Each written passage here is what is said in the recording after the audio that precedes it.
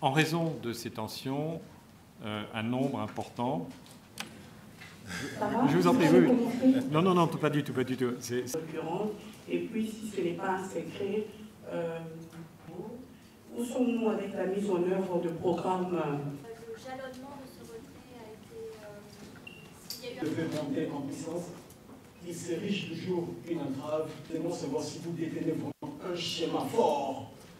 Mais également des compétitions d'intérêt, largement, presque exclusivement par la MONUSCO. Date limite de présence, ce que je peux vous dire d'abord, c'est un constat technique et juridique, c'est-à-dire chaque année, notre mandat existe jusqu'à son expiration, c'est-à-dire 31 décembre 2023. Il appartient au Conseil de sécurité d'examiner l'éventualité de son renouvellement. Ça, c'est la question technique, j'allais dire. Date limite de départ définitif, non, il n'y en a pas. Il n'y en a pas qui est défini, qui soit défini. Nous allons poursuivre évidemment ce travail et en même temps travailler avec les autorités congolaises pour que, je l'ai dit, le processus de montée en puissance de l'État congolais nous permette, nous, de diminuer graduellement cette présence de la MONUSCO, mais le faire de manière responsable. Encore une fois, je le souligne, il ne faut pas qu'il y ait de vide sécuritaire qui serait fatal à ces populations. La direction, c'est de travailler avec les autorités dans la protection assurée pour ces populations.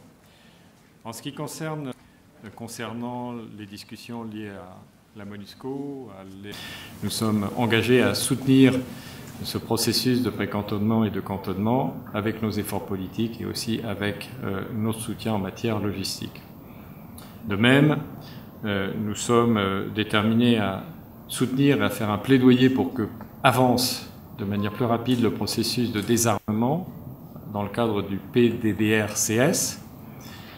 Il y a un besoin de ressources, mais il y a besoin aussi d'agir vite là où les conditions peuvent être réunies pour que ce désarmement intervienne rapidement. Et c'est le cas notamment en Ituri. Potentiellement, c'est le cas à la suite de l'accord qui a été agréé entre différents groupes armés, ce qu'on appelle le processus d'Arro. Donc saisir l'opportunité et faire en sorte que ça se fasse le plus rapidement possible.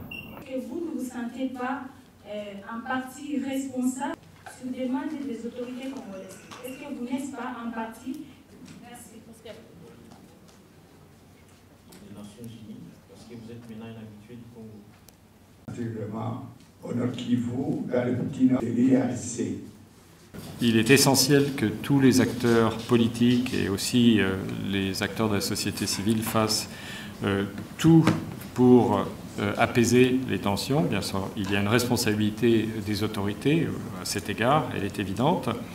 Et j'ai mis l'accent, je le redis, sur la menace que font peser les messages de haine, des messages d'antagonisme ethnique, les messages xénophobes, les messages sexistes, parce que les femmes, notamment les femmes acteurs politiques, sont sous la menace aujourd'hui. C'est quelque chose que nous avons entendu avec beaucoup de préoccupation. Et nous allons continuer à non seulement nous élever contre ces messages, mais à faire tout ce qui est dans nos capacités pour contrer ces phénomènes qui sont extrêmement inquiétants.